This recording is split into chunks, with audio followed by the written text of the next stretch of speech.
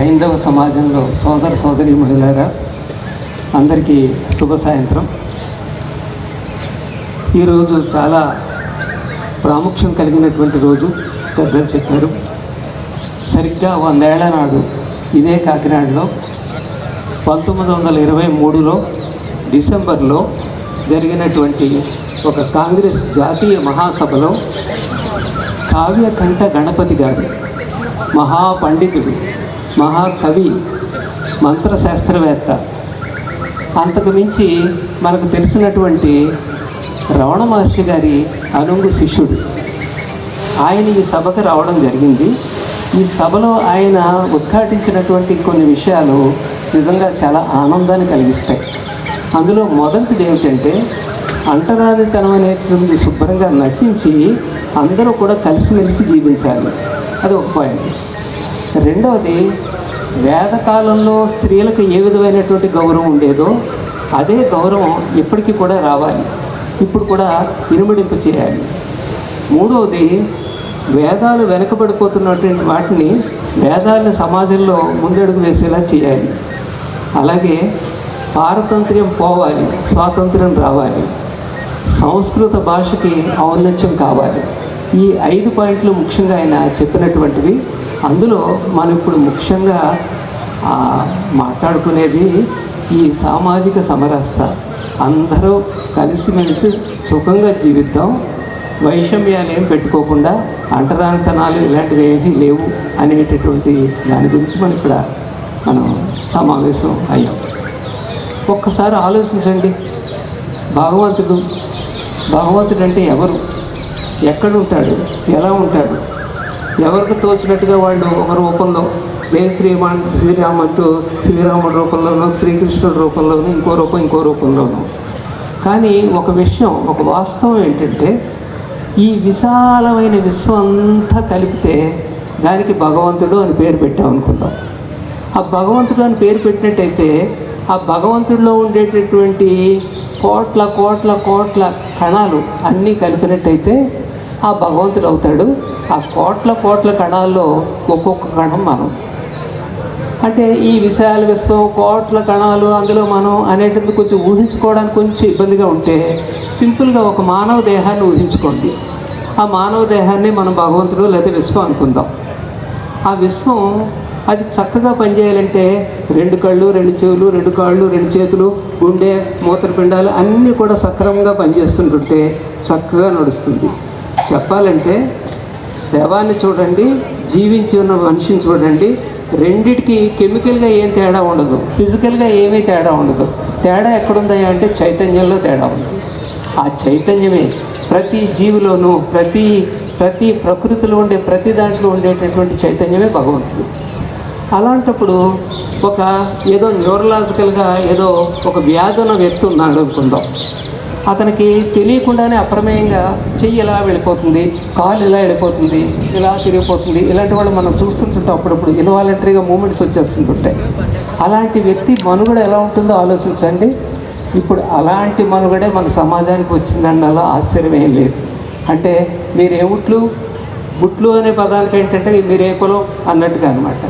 అంటే మీరు ఎక్కడ కూర్చోవాలి, మేము ఎక్కడ కూర్చోవాలి, మీరు ఎక్కడ భోంచేయాలి, మీరు ఏ గ్లాసుతో నీళ్లు తాగాలి అనేటటువంటి దురదృష్టకరమైనటువంటి పరిస్థితులు మనం చూసేటటువంటి స్థితి వచ్చింది. నిజంగా ఇది పైనుంచి వచ్చిందా? ఇది పురాణాల్లోనూ, శాస్త్రాల్లోనూ, ఉపనిషత్తుల్లోనూ, వేదాల్లోనూ ఇవన్నీ ఉన్నాయా?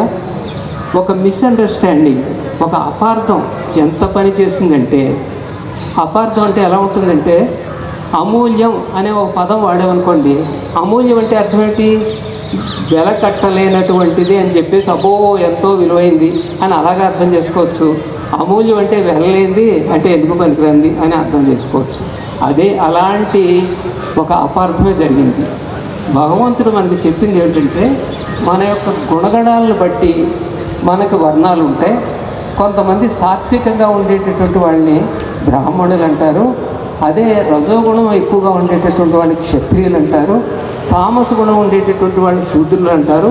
ఇంకా కొంచెం అన్నీ కూడా పనిపాట్లు బాగా చేసేవాళ్ళని శూద్రులు అంటారు, వయసులు అంటారు, మధ్యలో తర్వాత శూద్రులు అంటారు అనేటటువంటి క్లాసిఫికేషన్ అన్నది గుణాలకు తగ్గట్టుగా ఇవ్వడం జరిగితే అబ్బెబ్బే అది గుణాలను బట్టి కాదు, ఇది కులాలను బట్టి పుట్టుకతోటే వచ్చేస్తుంది అని చెప్పేసి అనేటటువంటి దురదృష్ట పరిస్థితి వచ్చి కొన్ని ఇబ్బందులు కలిగాయి. మన ముత్తాతలు, అనుతాతలు, ఇనుతాతలు వాళ్ళు చేసినటువంటి పొరపాట్ల వల్ల విడిపోవడం జరిగింది. కానీ ఇప్పుడు కూడా మనం అదే పొరపాటు కంటిన్యూ చేయాలా? ఆ పొరపాట్లు మనం దిద్దుకోవాల్సిన అవసరం లేదా? మనం అందరం ఒకటైనప్పుడు మనం వాళ్ళు ఎప్పుడో చేసినటువంటి ఆ పనికి ప్రతీకారాలు తీర్చుకోవడమో లేకపోతే అదే కంటిన్యూ చేయడమో అనేటటువంటి ఎంత దురదృష్టకరం. భగవంతుడు మనకి ఎన్నో విధాల మనకి పాఠాలు చెప్తున్నాడు.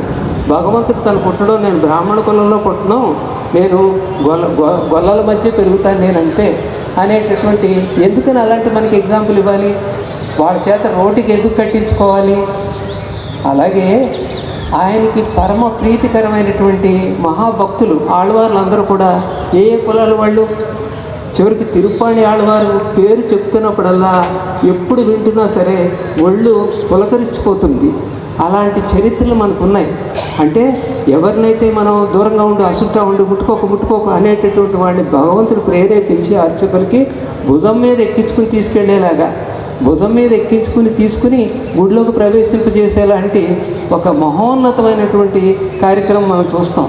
మేదర్ కుటుంబంలో పుట్టిన వ్యక్తి మహా ఆళ్వారు, ఒక దొంగగా ఉండేటటువంటి వారు మహా ఆళ్వారు. అంటే ఎలాంటి పరిస్థితుల్లో ఉన్నా సరే తిరిగి అందరూ కూడా భగవంతుడి యొక్క సన్నిధికి సన్నిహితంగా ఉండగలిగేటటువంటి అర్హత ఉండేటటువంటి యోగ్యత మనందరికీ ఉన్నప్పుడు మనం ఏదో మీ పుట్టుకది మా పుట్టుకది అని చెప్పేసి ఈ విధంగా ఉంచడం అన్నది ఎంత దురదృష్టకరం. అది ఇప్పటికైనా మార్చాలి.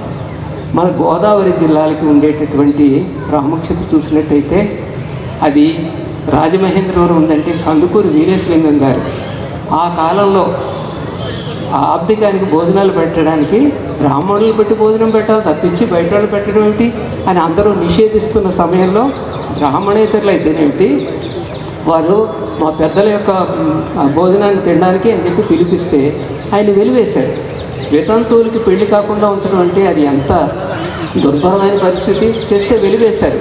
ఇలాగా సమాజంలో ఉండేటటువంటి ఆకృత్యాల్ని వాటిని అన్నింటినీ కూడా ఎండగట్టేటటువంటి కందుకూరు వీరేశలింగం గారు మన వాళ్ళు.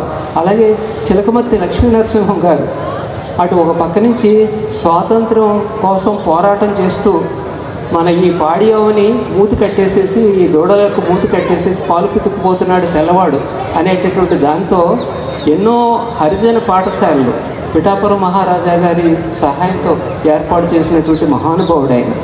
ఇప్పుడు పిఠాపురం మహారాజా గారు వారు కుమార రంగారావు గారు వారు కేవలం ఏదో ధనికులకేనే కాకుండా రామ్మోహన్ పాఠశాల అనేటటువంటి నిర్మించి అందులో మనం బొజ్జ తారకం గారని చెప్పేసి పేరు వింటుంటాం. గొప్ప లాయరు, దళిత లాయరు అని చెప్పేసి వాళ్ళ నాన్నగారు అక్కడ చదువుకున్నారు. ఆయన అలాంటి మహానుభావులు ఎంతో సేవ చేసినటువంటి వారు. అలాగే నాస్తిక సమాజం గురించి మనం వింటుంటాం. గోపరాజు రామచంద్రరావు గారు వారు బ్రాహ్మణులు అయినప్పటికీ కూడా ఇదేమిటని చెప్పేసి జంజి తీసి పారేశారు. తన పిల్లలకు కూడా రకరకాల కులాలు పెళ్ళిళ్ళు చేశారు.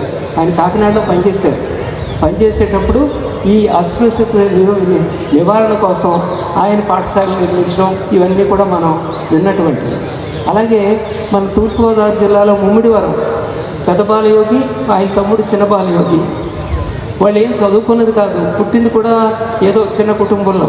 అయినప్పటికీ కూడా ఎంత ఆధ్యాత్మిక సాధన, అసలు ఆహారం ఏమీ లేకుండా ఆ విధంగా అంత యోగ సాధన చేశారంటే మరి అలాంటి మహానుభావులండి.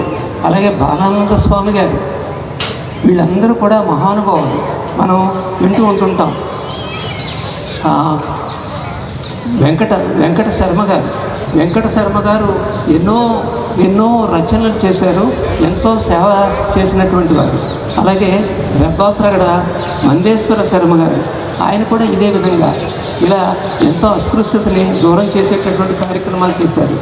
మన డొక్కా సీతమ్మ గారు బ్రాహ్మణ కుటుంబంలో పుట్టి ఎంతమందికో అన్నార్థులకి అన్నం పెడుతూ ఒక అంటే ఇప్పుడు ఈ పదం మనం పలకకూడదు అనుకోండి, హరిజనుడు అనే పదం ఆ కాలంలో వాడే రోజుల్లో ఒక హరిజనుడు అన్నం ఆకలి అమ్మ తల్లి అంటే వెళ్ళి తను వండి వార్చి మళ్ళీ అన్నం తిన్న తర్వాత అతను చుట్ట కాల్చుకుంటాడేమో అని చెప్పేసి చుట్టలు కూడా చుట్ట నిప్పు కూడా పట్టుకెళ్ళి ఇచ్చినటువంటి మహానుభావురాలు. అలాగే చేబియ్యం వారు, ఆవిడ కూడా చేబియ్యం సోదమ్మ గారు వెస్ట్ గోదావరిలో అక్కడ ఉండేటటువంటి పరిస్థితులకి తగ్గట్టుగా ఎంతో కృషి చేసి ఎన్నో పాఠశాలలు ఏర్పాటు చేసినటువంటి వాళ్ళు మన అల్లూరి సీతారామరాజు ఆయన అక్కడ గిరిజన ప్రాంతాల్లోకి వెళ్ళి ఆ గిరిజనులందరికీ కూడా వాళ్ళకి కావలసినటువంటి అందరినీ సమీకరించి వారందరికీ కూడా ఎంతో నేర్పు పాట అన్ని శక్తి సామర్థ్యాల పాఠవేయాలు అన్నీ సమకూర్చినటువంటి మహానుభావులు. ఇలా ఎంతోమంది వెట్టి చాకరీ గిరిజనుల నుంచి తప్పించడం కోసం చేసిన వాళ్ళు ఇలా. అలాగే మన బోయి భీమన్న గారు వారు స్వయాన దళితులైనప్పటికీ కూడా ఆయన పద్మభూషణ్, ఆయన కేంద్ర సాహిత్య అకాడమీ అవార్డీ ఆయన సందేశం జాగ్రత్తగా వినండి. ఏమిటంటే మనం దళితులు మైనారిటీలు కాము, మైనారిటీలోకి వెళ్ళవలసిన అవసరం లేదు, మనం మెజారిటీలమే. ఎందుకంటే మనమంతా కూడా హిందూ సమాజంలో ఉన్నటువంటి మెజారిటీలు. మనం హిందూ సమాజంలోనే ఉంటూ దానికి తగ్గట్టుగా మన యొక్క శక్తి సామర్థ్యాలు పెంచుకుందాం. పాజిటివ్ యాటిట్యూడ్ అన్నమాట. అదేవిధంగా రాజమహేంద్రవరంలో కుసుమ ధర్మన్న గారు, ఆ తర్వాత కుసుమ ధర్మన్న గారు, తర్వాత కుసుమ నాగన్న గారు, అలా ఈ కుసుమ ధర్మన్న గారు మా కొద్దీ తెల్లదొరతనము అనేటటువంటి దానికి ప్యారడీగా మా కొద్దీ నల్లదొరతనము అంటే ఇక్కడ ఈ దొరతనం అంటే ఏమిటి? ఈ పెత్తందారి మేము పెద్ద కులం వాళ్ళు మీరు చిన్న కులం వాళ్ళు అనేటటువంటి దాన్ని ఎత్తి పొడుస్తూ చేసినటువంటి ఆయన కూడా నెగిటివ్ యాటిట్యూడ్ ఏం కాదు, ఎత్తి పొడచడం అంతే తప్ప పూర్తి పాజిటివ్ యాటిట్యూడ్తో వీళ్ళందరూ కూడా సామాజిక సమరసత గురించి కృషి చేసిన వాళ్ళే.